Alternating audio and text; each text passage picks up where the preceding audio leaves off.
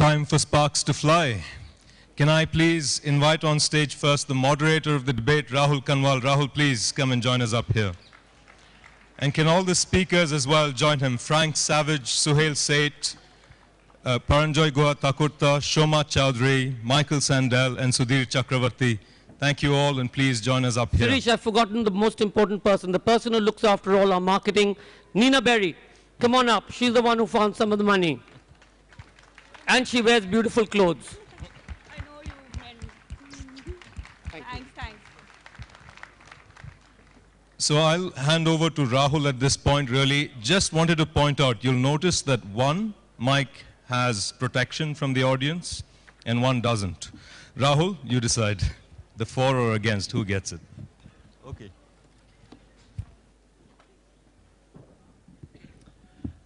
Good evening and welcome to the last session of the Jaipur Literary Festival.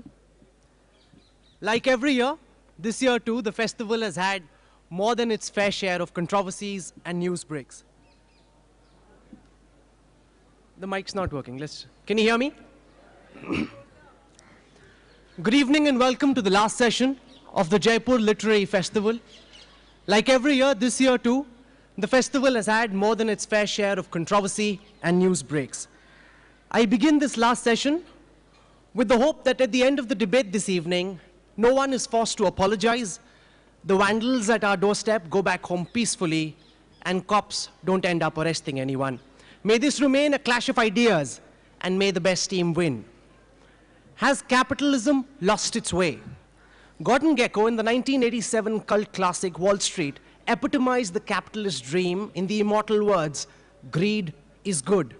But 25 years later, protests like Occupy Wall Street and the massive financial meltdown in Europe drive home the point something has dramatically gone wrong in the capitalist world. The subprime crisis and the Goldman Sachs crash of 2008 have changed the capitalist landscape all over. Suddenly, big government is no longer an abuse. Taxing the rich is no longer offensive or a sure way to drive away capital. The age-old capitalistic credo of consuming your way to economic success has been left shaken. Capitalism for a long time meant big, a bigger car, a bigger house, a bigger wedding, a bigger holiday, a bigger bank balance. But when the world witnessed the ignominy of the world's biggest banks lying prostrate, begging for help, it forced people to question whether capitalism had indeed lost its way. Before we begin, I'd like to do a show of hands and also a voice vote to see where our audience stands at the beginning of this debate this evening. Ladies and gentlemen, do you believe capitalism has lost its way? Voice vote too, please. Let's do it once more. Has capitalism lost its way? For the time being, we'd go with no. So the House believes at this time that no, capitalism has not lost its way. Let me get you to meet the two teams that will be squaring off this evening. Let me introduce the team that's speaking against the motion first. I'd like to begin by introducing Frank Savage. Frank Savage was the Chief Executive Officer of Savage Holdings, a global financial services company. He has a 40-year career in international banking, corporate finance, and global investment management. He has been engaged in providing investment services in the Middle East since 1969. Suhail Seth is the managing partner of Counselage India and founder of Equus. He's one of India's best-known debaters and is known to argue opposite positions with equal passion. Suhail also writes provocative columns in the Financial Times, in London, and Business Standard in India. Suhail is an alumni of the Harvard Business School and is very big on the theater scene in Delhi. Paranjoy Guha Thakurta is an independent journalist and educator. His work experience, spanning nearly 35 years, cuts across different media, print, radio, television, and documentary cinema. He's a writer, speaker, author, interviewer, teacher, and commentator. I'd now like to introduce the team that's speaking for the motion. Professor Michael Sandel is a professor of government at Harvard University, where he has taught political philosophy since 1980. His recent book, Justice, What's the Right Thing to Do, relates the big questions of political philosophy to the most vexing issues of our time.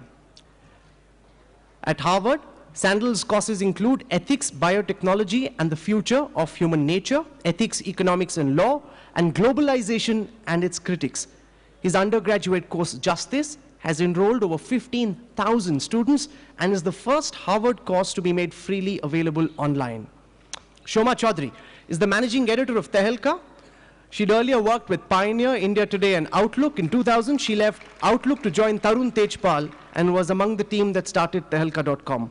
She's written extensively on several conflicts across the country: people versus the state, the Maoist insurgency, the Muslim question, the issues of capitalist development and land grab. She's also one of India's most award-winning journalists.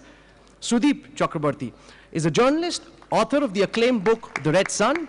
He began his career in journalism in 1985 at the South Asia Bureau of the Asian Wall Street Journal, Dow Jones.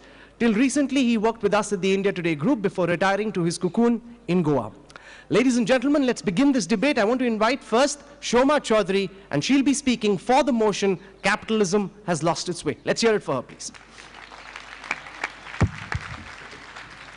I just want to interrupt to say that we take time very seriously. So if any speaker overshoots the time allocated to them, which is how much, Rahul? 3 minutes?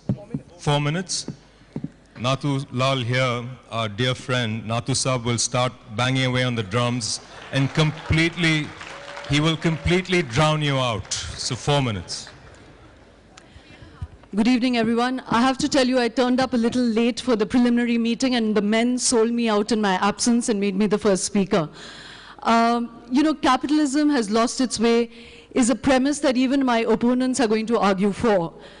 If you go by the idea that the entire goal of human enterprise is not just to put a bit of cash into your bank or to your offshore account, but to have a modicum of happiness and sustainability, then we won't even be arguing this premise.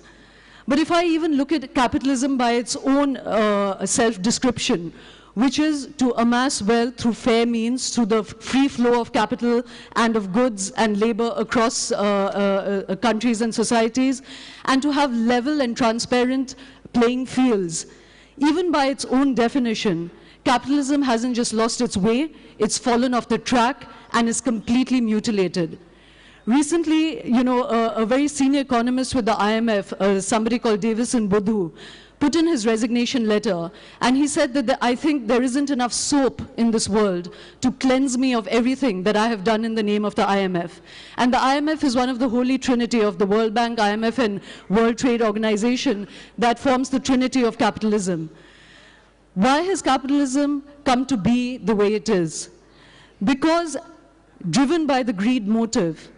Today, everything about capitalism has become subverted.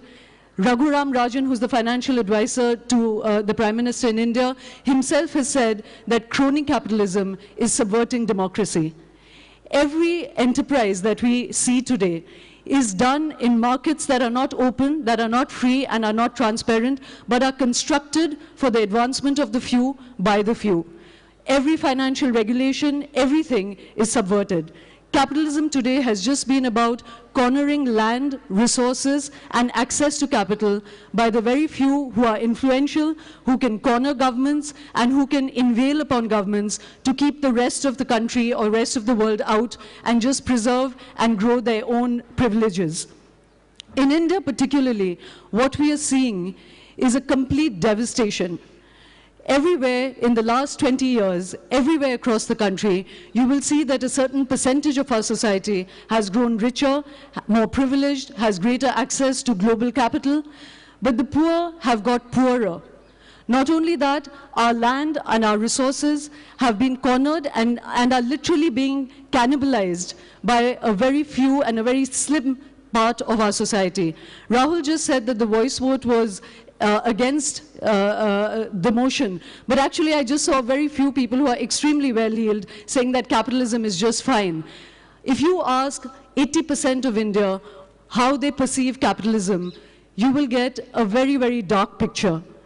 What really happens is that in a capitalist system governed by, by big financial regulatory bodies, the urge is to dismantle everything that will provide welfare, the basics of human need, happiness, health, education, to dismantle structures that provide it in an equitable way, regardless of your capacity to buy that, They want you to dismantle that mechanism and pass it on to profit-driven companies. The problem with passing on all of this, all of human enterprise, merely to the idea of profit, is that it is completely devoid of the idea of empathy. Not only that, if it is not profitable to provide electricity to the last mile village, if it is not profitable to provide drinking water to the millions of people in India or elsewhere in the globe, then corporates will not do it. Whereas the states that we elect are meant to do it. So a criticism of capitalism is not to say that one wants to go back to a totalitarian or a socialist regime. It is merely to say that it is time that capitalism revised its self-description, introspected about itself.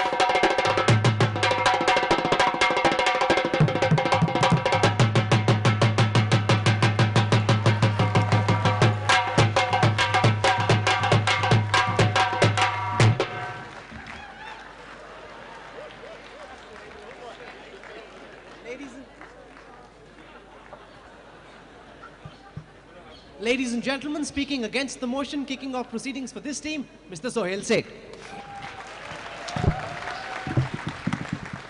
Ladies and gentlemen, I've known Shoma for many years. She's had a wonderfully simple, non-capitalist driven education. Went to a fine college, Lady Shriram. Michael teaches at Harvard, whose endowment grows every year. You can keep blaming capitalism, and I agree that there are mistakes that have been made. But those mistakes have been corrected. And it is an enduring process of course correction. The tragedy is we've started taking strident positions because it's the flavor of the month. It's important to bash banks, it's important to bash the rich, but yet you want to wear brands. You can't have this festival if it didn't have sponsors. You can't have Think and Goa if you didn't have sponsors. So here's what we want to say. Capitalism will continue to lose its way, but to say that it's a finality in terms of having lost its way and it's over is incorrect. In 2008, when Lehman Brothers crashed, it was a wake-up call for everyone. But I want to correct the perception in this house. Capitalism is not about banking. It's about the availability, the creation, and hopefully the fair disbursement of wealth. If that is the leitmotif of capitalism, then capitalism must remain. To therefore say that capitalism is this ogre, is this demon that we must get rid of is silly. It's an unsustainable argument. The second point that we wish to make, and one of my colleagues, Paranjoy, given his knack for being the contrarian that he is, will perhaps say that capitalism never had a way, which is fine. What are we actually dealing with in this world? Forget this country. We are dealing with a few who believe that they can get away with actually messing the system up.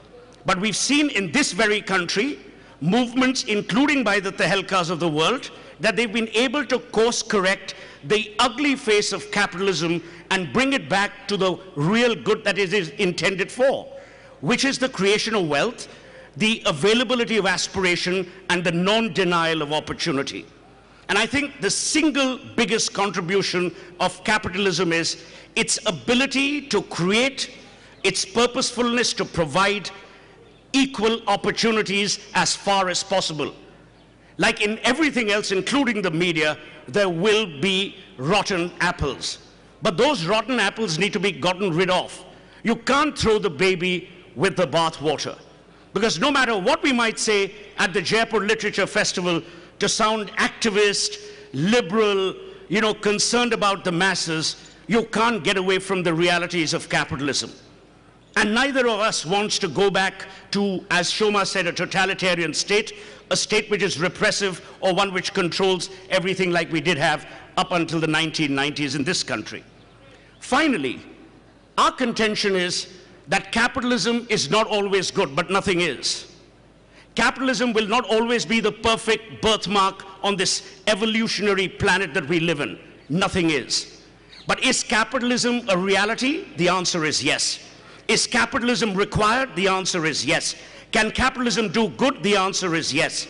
Today, the fact that the symbol of capitalism, in a manner of speaking, runs the largest foundation for AIDS in the world is a sign of the times to come. I won't wait for this man to interrupt me further. You have a splendid evening. Remember, vote with your conscience and not with some archaic liberal thought that will make you look fashionable as you're walking out of Diggy Palace. Thank you.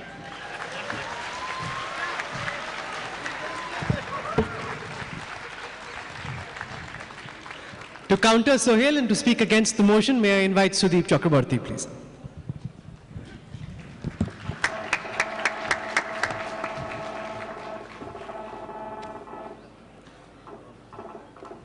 Well, this is fun. You know, okay, let me just get a few things out of the way so that we can sort of cut through the rubbish, if I may call it, the sort of the woolly-headedness, the cobwebs, all of that. So, okay, Mao ended up being a bad guy. Let me just say it. Mao was a bad guy, ended up making China look very, very bad. Even in China, he's now the description for him, I believe, is 30% bad, 70% good. A few decades ago, it used to be 100% good or off with your head. The Soviet Union is no more. I've personally seen the broken Berlin Wall, et cetera, et cetera, et cetera. And the Soviet Union has embraced capitalism. So be it, no problem with that. And I don't think that's the issue here. I don't think we're talking about the victory over a capitalist system or over a socialist system or over socialism over capitalism. And has capitalism lost its way? Yes, I think it has. I think, in fact, let me be contrarian in the beginning and I say that it's a valid route to take for those who believe in it, and that's all very well. But what concerns me are a few things. I'm concerned with the fact that capitalism is actually, unfortunately, made itself very, very arrogant. I think it has assumed for itself all the arrogance and all the megalomania that it heaped upon socialism all these years. And I will explain why I believe so. You know, we've been talking about the subprime crisis, we've been talking about all sorts of things, and as this is a literary festival, let me quote from this gentleman of sorts, a bit of a maverick as well, George Bernard Shaw. At least I'm not quoting Shakespeare, so you're going to forgive me for that. I mean, he said capitalism has destroyed our belief in any effective power, but that of self-interest backed by force. And he said this a long time ago. And wonderful, we'll be there. And the thing is, can we tone that down? I can't hear myself think. And here, I wanted to preface this. I wanted to preface by using Mr. Shaw's statement by describing to this very sad scene that has stayed with me all the while. Is that of this sort of what I call what shall I call him? The Arnold Schwarzenegger of capitalism. I mean, the former governor of the Federal Reserve Bank, almost breaking down in a congressional hearing and saying, "I got it wrong." Alan Greenspan, we remember that? I think that was a sort of a touch point in history, if you will. And I'm not saying, I mean, if it's coming from Alan, and he says that we've lost our way, we need to sort of renegotiate these moments, I think there's something over there. And what so Shoma touched upon this in the beginning, and I really believe that, it's, for all that capitalism has assumed for itself, and I think it's assumed far more than just a description of capitalism. It has assumed for itself control over democracy. It's assumed for itself control over free speech. It's assumed for itself all the grand liberal thoughts, which actually runs contrary to what Suhail was saying in a way. And I think that while assuming all these powers to itself, it has also triumphed over them. And we see today the result of it, the seeds of it, these vast pools of negative energy that have been sown and sort of ripple in our country, thank you, by capitalism that I think has lost its way. We, I think, have grown to treat our own people very, very badly. We do not believe in all the values that capitalism has imposed upon us, and we began to believe very, very strongly. So where is the right to freedom of speech beyond organizations like these and venues like this? Where is the right to speak freely in outland, out there, places that are out of sight and out of an easily digestible mental construct? Where is the freedom of speech there? Where is the freedom of informed consent? Thank you very much.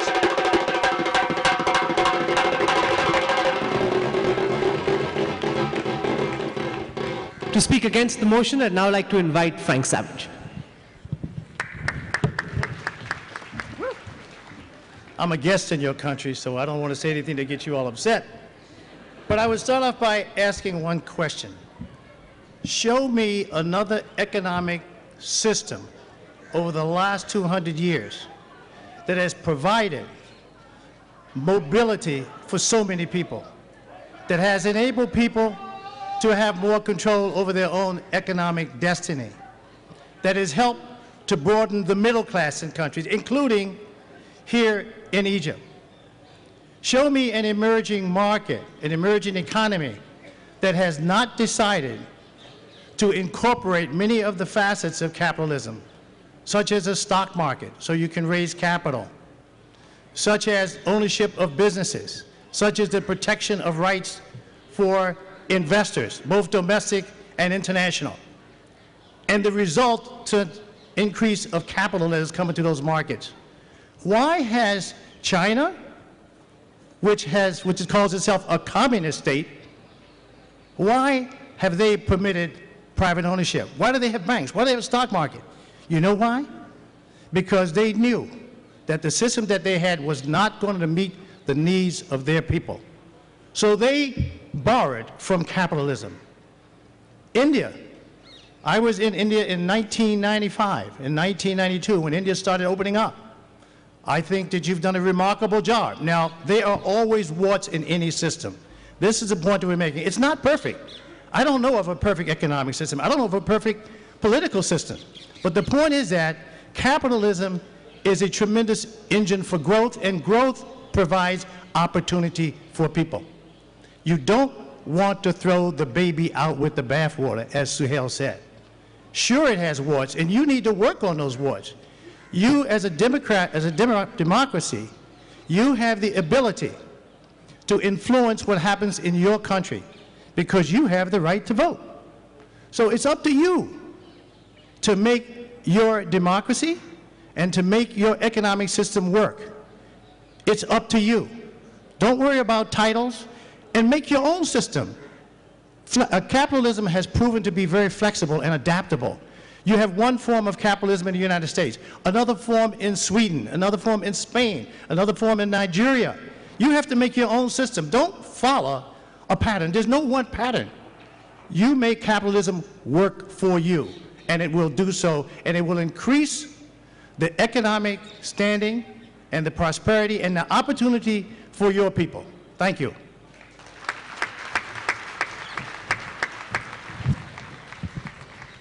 Speaking for the motion, I'd like to invite Michael Sandel, please.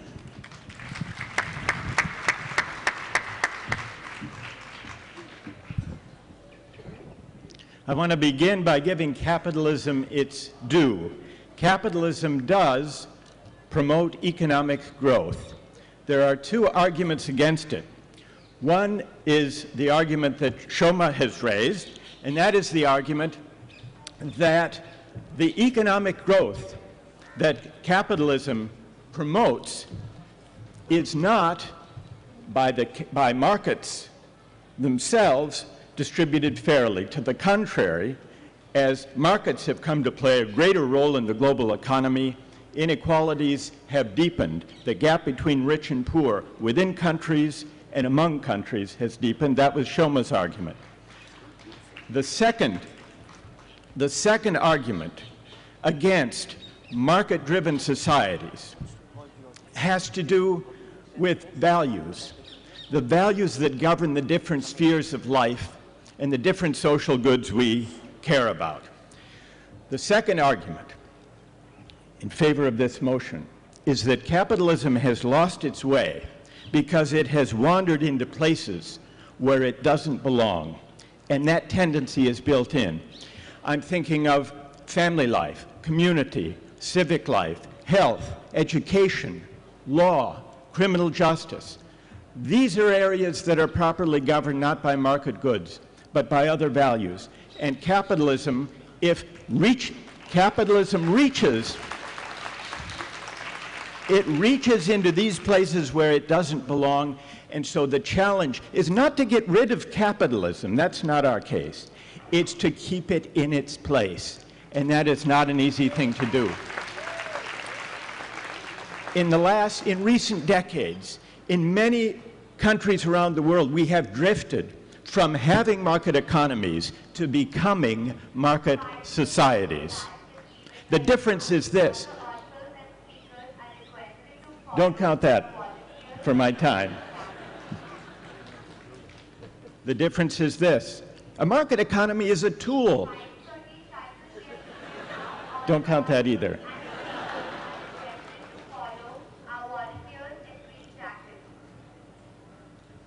A market economy is a tool, a valuable and effective tool for organizing productive activity and promoting economic growth. We don't dispute that. But a market society is different. A market society is a place where everything is up for sale. It's a way of life where market values and market relations reach into every sphere of life, from family life to community to civic life, and that's the danger. It's really the spirit, the ambitious, overreaching spirit of capitalism that accounts for this tendency to drive out other values. And you can see it in what the most sophisticated defenders of capitalism say. It's a deep assumption, and it's an assumption about ethics and morality. One famous economist arguing in favor of free markets said this: I do not want to rely too heavily on substituting ethics for self-interest. Why? He said. Because, he said, I think it's best that the requirement of ethical behavior be confined to those circumstances where the price system breaks down. We do not want to use up recklessly the scarce resources of ethical and altruistic motivation. But this is a misleading metaphor. Altruism, generosity, solidarity, and civic spirit are not like commodities that are depleted with use. They are more like muscles that grow stronger with exercise. A market-driven society lets these languish. Thank you.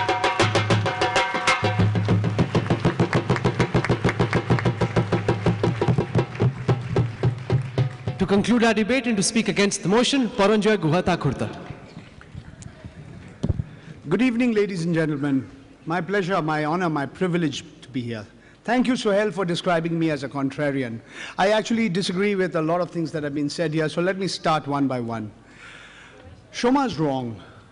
The rich have indeed got richer, but the poor haven't got poorer. The difference is that the gap between the rich and the poor have widened. Inequalities have grown. The problem, ladies and gentlemen, is that there is no ism in this world today. It is a misnomer to believe that capitalism had a way, and say if you assume it had a way, then only can it lose its way. Capitalism never had a way. What was public about our Indian public sector when it was run like the personal fiefdom of our netas and babus, those in positions of power and authority? What was private about our private sector, including the company that sponsored it? The Birla family had more shares in Tata Steel at one point of time than the Tata family. Tata Steel was run with money that belonged to the people of this country, with term loans from government-owned financial institutions, with bank loans from commercial banks. So, ladies and gentlemen, it's a joke to call capitalism and socialism. We were supposed to have got over our bad old socialism days. General Motors epitomized free enterprise capitalism. Who's the biggest shareholder of General Motors today, thanks to the Great Recession? It's the government of the United States of America. It's the people of the United States of America. Ladies and gentlemen, the problem with those who believe that capitalism has lost its way, they don't realize that greed is not the only motivation that drives human beings. Even Raghuram Rajan, who Shoma quoted, wanted to save capitalism from the capitalists. The problem is very, very simple. These words have got turned around on its head.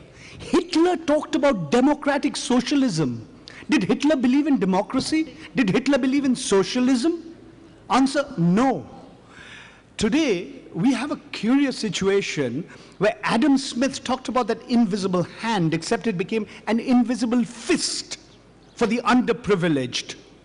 Ladies and gentlemen, what's the difference between the world's oldest democracy and the world's largest democracy, where you are in at present?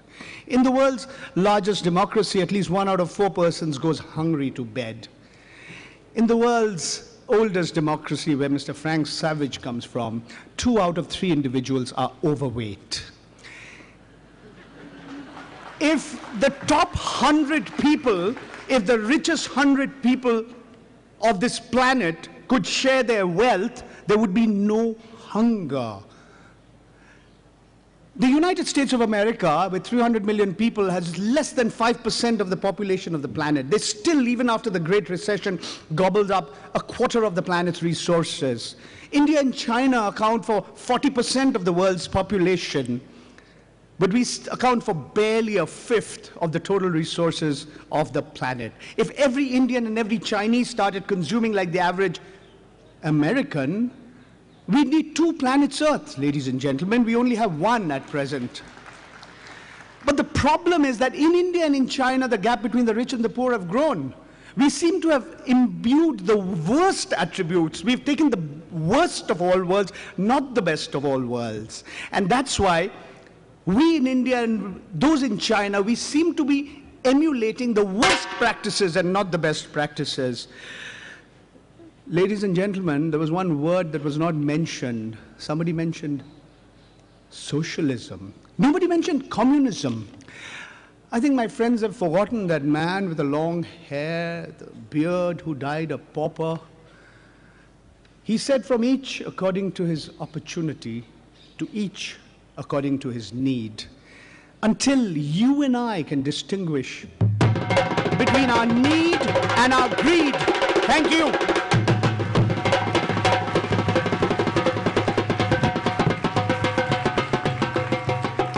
I don't know how many of you are confused, but I was a little confused about whether Paranjoy was speaking for the motion or against the motion. But doesn't matter. We've got 10 minutes. We've got an opportunity to take some questions from our audience. Let's see who wants to come first. That gentleman over there. There are 4 mics, I'm told, out in the audience. One of them is going to come to you right now.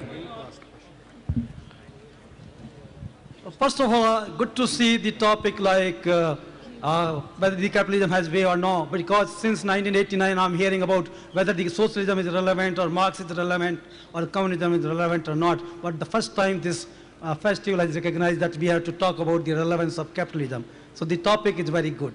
The second thing is that it's very good to have, as an economist... Do you have a question and do you want to tell us whom it's addressed to? Yeah, the question is that my own view is that there are 2 salient features of capitalism: the socialization of losses and privatization of profits. Yeah. The second thing is the lopsided development that has taken place because of we'll pull up another chair and have a 7 debater. No.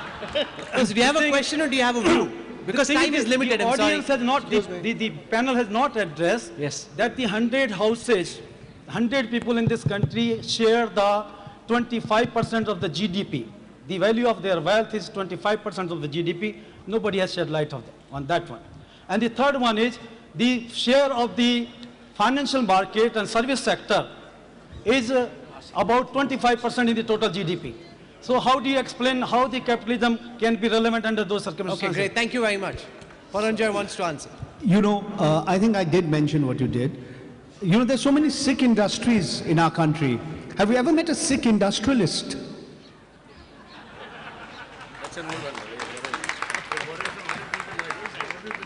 I have to clear your confusion. We have been the canny underclasses and we've put a Trojan horse in the enemy's ranks. Don't be confused, he's arguing for us. Yeah, am I in the queue? This is called match fixing. They put a Trojan horse in. Yes, please. My question to the August House is that is it not imperative for humanity now that instead of justifying lifestyles and values in terms of certain isms, whether it be capitalism, or socialism, we actually focus on the fundamental values which are important for human existence, whether they belong to capitalism, for example, say liberty, individual liberty and enterprise, when we speak of capitalism, and the fact of distributive justice as very important, whether we speak of, when we speak of socialism. Is it not important that instead of having a fetish with either capitalism or socialism, we try to evolve a way of life which is conducive and which is more fulfilling for each and every individual? Whom do you address this question? This is addressed to the House. Anybody is free to answer. Humanism. You can see how clear the pitch has become, that you can't make out who the opponents to capitalism, who the proponents of capitalism are. Because I have to remind you that this is a debate and we hope to win the proposition that even Suhail and Frank kept bracketing everything they were saying about capitalism by focusing on the what's. Today, we are not arguing that we have to do away with capitalism. We are saying that capitalism has lost its way. We are not discussing other things. We are saying that it needs to introspect, it needs to modify itself, it needs to change its own vocabulary. For sure, there can be no substitute for the free movement of good, for the free opportunity and equal and transparent markets. But my argument is that that does not exist today, and it does not exist because capitalism has got mutilated and has lost its way. And I agree with you, it needs to acquire new vocabulary. Professor Stiglitz is doing that when he has coined a new index for the GDP, which is the happiness index. If we can attach that to capitalism, capitalism will have a longer shelf life than it right now has. Right. Shoma, if you actually looked at the Western world, the United States and Europe, you would see that in fact capitalism has morphed. It's taken a whole different form now. We have something that you call a mixed economy. This is an economy where the private sector is in a position of driving the economics of the country, but you have regulatory systems which oversee those to protect the people from being being abused, to protect the provision of health care, of schools, of education, of roads.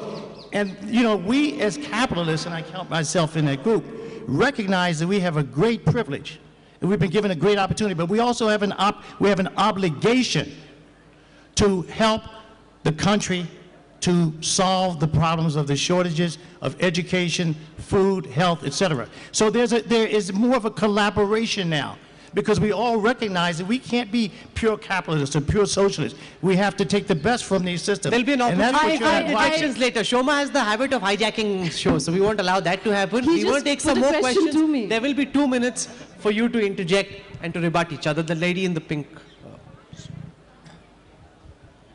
My question basically deals with the fact that the major argument against capitalism seems to be that the distribution of income is not proper in a purely capitalistic society. I want to ask the people who are supporting this notion as to, is it possible for them to name such societies where communism or socialism has prevailed, and the distribution of income is extremely amazing, and the people there live completely in equality? The countries of Scandinavia, Norway, Sweden, Denmark, That Finland. was for people on the other side. Those countries are not communist countries, not by a long shot.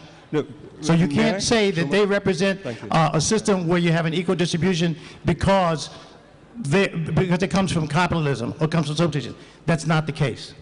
No, again, I just want to clarify that. Well, the thing is that, as Shoma and our side have said earlier, that the point is not that we don't need capitalism and so on and so forth, but it has lost its way. And in this particular case, let's just relate it to ourselves where we are right now. I think I brought up the fact that capitalism has sort of been corrupted over here. It's been sort of, it's arrogated for itself all the bad things that ought not to happen. And I think we're in a situation right now where people are living in a state of denial as to what this capitalism can do. It is actually fueling, in my opinion, a lot of the violence that you see around in India. People are forgetting the other aspect of capitalism that sort of stands up for protecting your constitution, your rights, your freedom of speech. All of that is being subjugated by, in fact, the notion of capitalism as it has come to be today, when you're not allowing people in the communities free, prior, and informed consent to give away their lands. Corporations are mistaking corporate social responsibility as meaning just you put up a clinic somewhere or something else and that'll make people happy, and you'll take their land by using state as an extension of corporate will. I think this is how capitalism has been corrupted in this country. I think it is sincerely, I believe that it has lost its way, and thanks very much to Tata Steel for supporting this tent and whatever, but I think we need serious introspection here. I think we need to be honest about where we've gone wrong. The gentleman in the black jacket there. My question is specifically to Professor Handel, that the very basis of capitalism is creative destruction. And when you see that people to get ahead will take, to move ahead in a capitalistic society may take means that may be immoral. So what kind of ethical values or a system will you propose in such a scenario where we live today?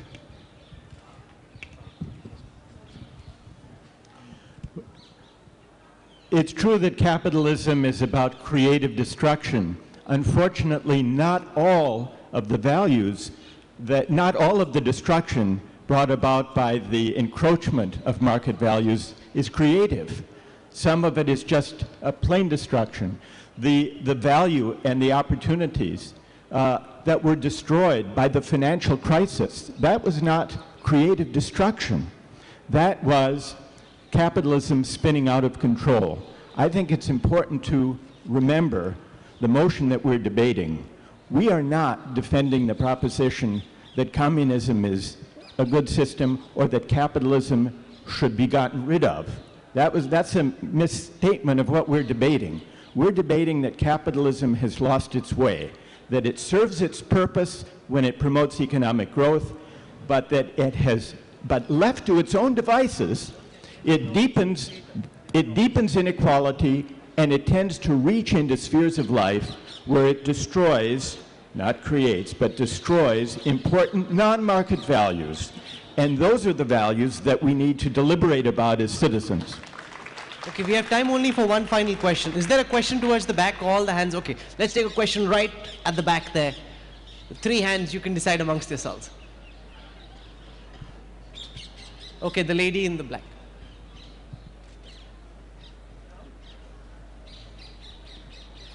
If we follow Sanjoy's timelines, we're out of time, so this should be the last question. Okay. I'd just like to say the people who were arguing in favor of capitalism, for me it seemed that you seem to have some trouble distinguishing between capitalism and democracy, which for me are completely different systems. My second point was that one of the arguments in favor of capitalism is that it provides an adequate healthcare system and promotes economic growth. If you look at the UK and the USA in the past few years, I would say that there hasn't been a great deal of economic growth. And as far as I know, the UK is one of the only countries that does provide a free healthcare system. So I think that that would also be an invalid argument. In my opening remarks and the remarks that Frank also made, I'm not including Poranja on our team, he's the roving ambassador of destruction. We never made any analogies between capitalism and democracy. All we said was, and we were focused on what capitalism can achieve, at times where it has gone horribly wrong, and I made that point to say with a sense of finality that capitalism has lost its way and will never find its way back into the hearts and minds of those who cry for every compassionate soul is incorrect.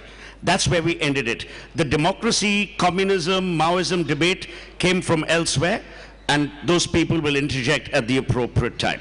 But thank you for listening to us so patiently and with such adroitness. Thank you. Okay, we've got 3 extra minutes, so we'll take a couple of more questions. Charm never won an argument, remember that? So he'll... Correct. That's why okay. Okay, that gentleman's got his hand up. Hi, what I believe is market economy is a product of government, okay, and there are various resources which runs the capitalism. So one of the main resource, the dirty secret of capitalism is it is run and monitored by the government. So whether the debate is did we lost command on capitalism or not, okay, if the answer is yes or no, but what I believe is we are not good, we are not doing good in terms of capitalism. Okay, so do we have the proper resource in place to make it better than what we are as of now? Who is this addressed to? Well, anyone who is comfortable.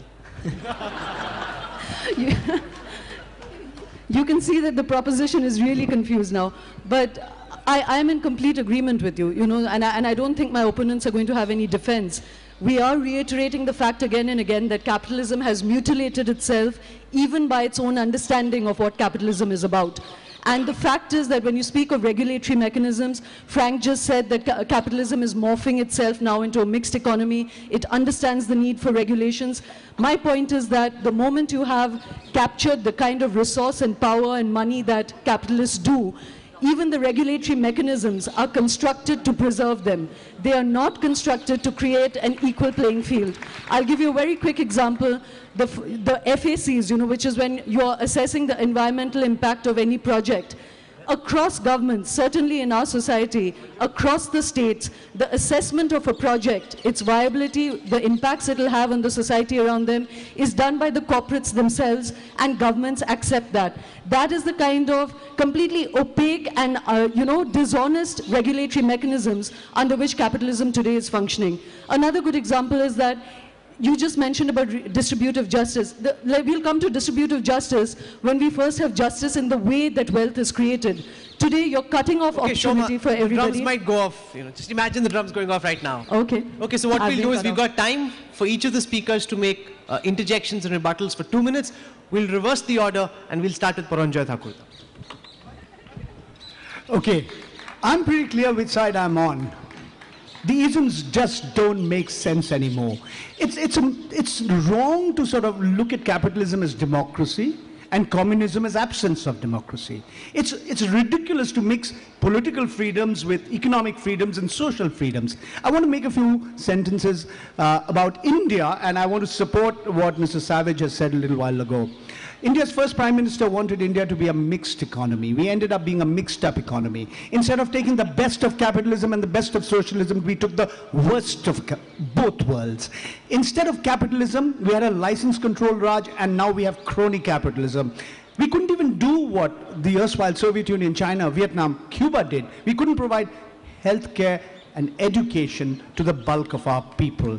So, in the future, I believe that we have to rise above these isms, because I believe India can get eventually the best of all worlds. Thank you. Michael Sandel. We've discussed health and the role of markets in producing health. The United States, which has a private health insurance system, except for those who are above 65, spends about 18% of GDP on health, and has worse outcomes in terms of childhood mortality and some other measures than the countries of Western Europe that were being discussed earlier, including France and Germany and Britain and Canada and certainly the Scandinavian countries. They have better results with mixed or national healthcare systems. Instead of 18%, they spend 9, 10, 11%. But I would say that the bigger ethical issue that's at stake here is whether we are free when we think of ourselves as consumers exercising consumer choice, or whether that's an impoverished idea of freedom that has gained a certain momentum in our time. It seems to me that our position really ultimately is an ethical position, that the freedom we should aim at is not the freedom of the consumer, but the freedom of the democratic citizen to deliberate about the values that should constrain, not destroy, but that should constrain the role of markets in a good society.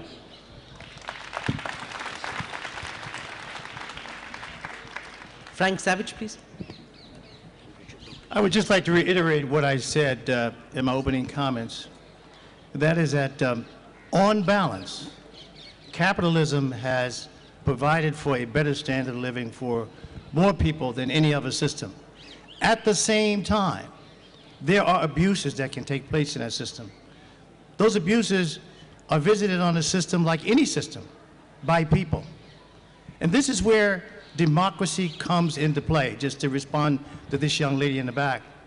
If you have a strong democracy and you have the right to vote, then you're in a position to influence how your leaders exercise capitalism, how the rules that govern the way businesses can operate, how they can operate with respect to wages, with respect to time off, with respect to all types of things that affect their workers. You have the opportunity to do that. So that in a place like the United States or in India, where you have this democracy, you have the opportunity to influence those systems. Now, in the United States right now, there's been a huge debate in our country about the role of government.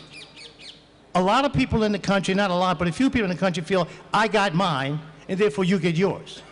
And we had a debate about this because Barack Obama is definitely a person who thinks about the people in his country. He wants to take care of them. He wants to narrow that gap between the rich and the poor. He wants to make sure that people don't have to sleep on the streets, that people have health care, that they can send their kids to school at an affordable school. There are a lot of people who have a lot of money who are fighting against that. But guess what happened in this last election? In spite of the fact that billionaires came up with tremendous amounts of money, they lost. The American people spoke. So he has a mandate now to go forward with those social changes. That's what you should be doing here. That's what you should be doing here in India.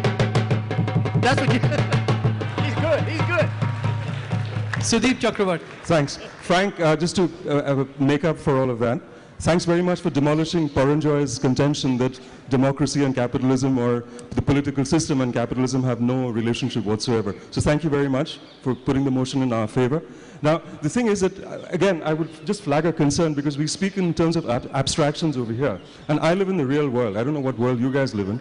But I would like to say that, I think we need, as a democracy, as a proponent of progressive capitalism, which I am actually a proponent of progressive capitalism, I think we need to safeguard, as citizens, the bills that are there in Parliament right now, which are not being converted into act because the corporate world is whittling away at all the advantages, or all the dues. Actual due process is being subverted. And I'm not speaking as a communist here, I'm speaking as a capitalist piglet, by the way.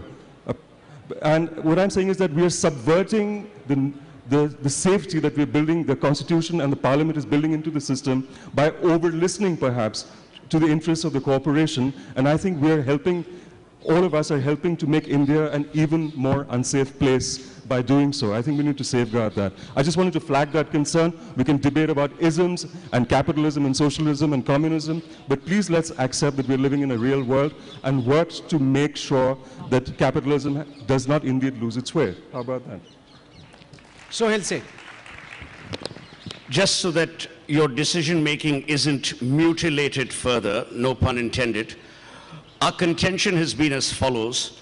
Capitalism has lost its way seems to suggest that there is no hope of recovery. A. B. Capitalism is not the National Highway 8, that there's one single road to one single destination.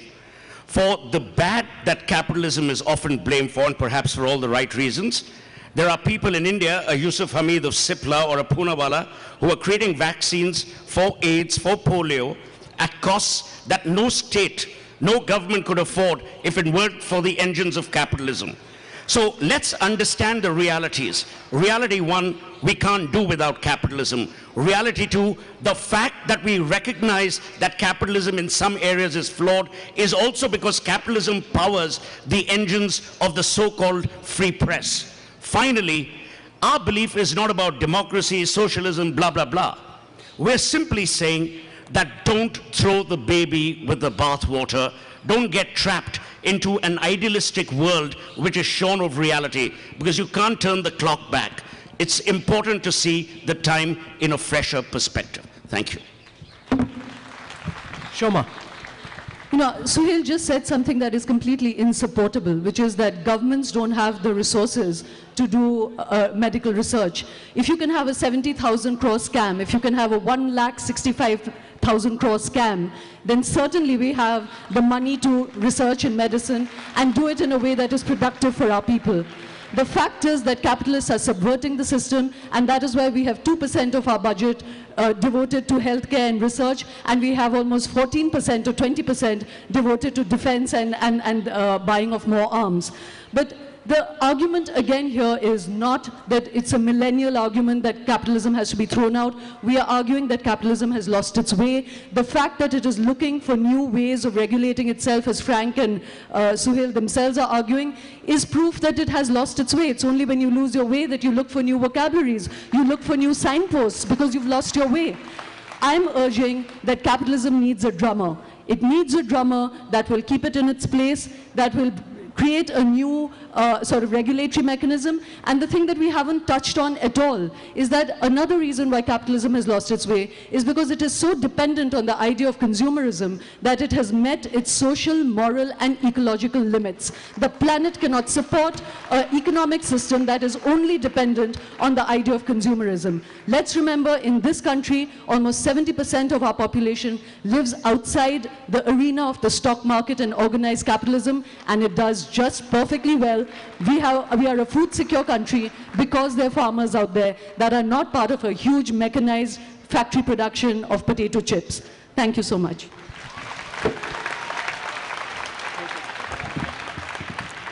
Thank you, ladies and gentlemen. This House began by saying, no, capitalism has not lost its way. We heard some very compelling arguments about the possible alternatives to capitalism, both socialism and communism having failed and failed miserably, about the billions that capitalism over the last couple of centuries has pulled out of poverty, and also the global meltdown, which shows very clearly that capitalism somewhere along the way could have possibly lost the plot. I don't want to sit in on judgment. I want you to raise your hands and do a voice vote as well on the motion, has capitalism lost the way?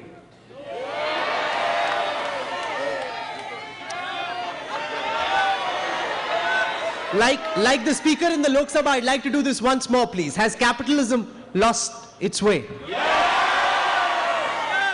Well, the House began by saying, no, capitalism has not lost the way, but I'm afraid towards the end, the House has changed its mind. Capitalism has lost its way, has carried the day. Ladies and gentlemen, let's hear it for the winning team, please. I have to tell you, the winning team includes Suhail and Frank and Paranjoy because they were arguing for us. Thank you. In the end, it turned out to be a bit unfair because we had 4 people on one side and 2 on the other. They planted a Trojan horse, but nonetheless, we had a great exchange. I won't make as many interruptions as Shoma. How many of you believe capitalism has not lost its way? See, they say no to yes. That's the problem. One of the rare occasions where Suhail had to lose a debate. He doesn't like that at all. But ladies and gentlemen, he's been sporting. Everybody else has been fabulous. Thank you very much for joining us. Thank you all very much. We still have something for you. Thanks to all our debaters really tonight, but there was one man in the back who was keeping time. That's Natulal Solanki. How does someone manage to even bring a sense of humor and beauty into timekeeping? We're going to have his friends up on stage now. And just before that, I'd also like to welcome, Namita's already here, Namita Gokhale and William Dalrymple to say a few words. Well, I think we've had so many words in the last 5 days. I have nothing much more to say. Nothing brilliant, nothing clever, just a sense of sadness and exhilaration. Goodbye to all of you. Thank you, audiences. Thank you, press. Thank you, writers. A big clap for everybody in a world where capitalism supports, where everybody supports everybody and everybody argues with everybody. For all the arguments in the world, a big clap. Thank you.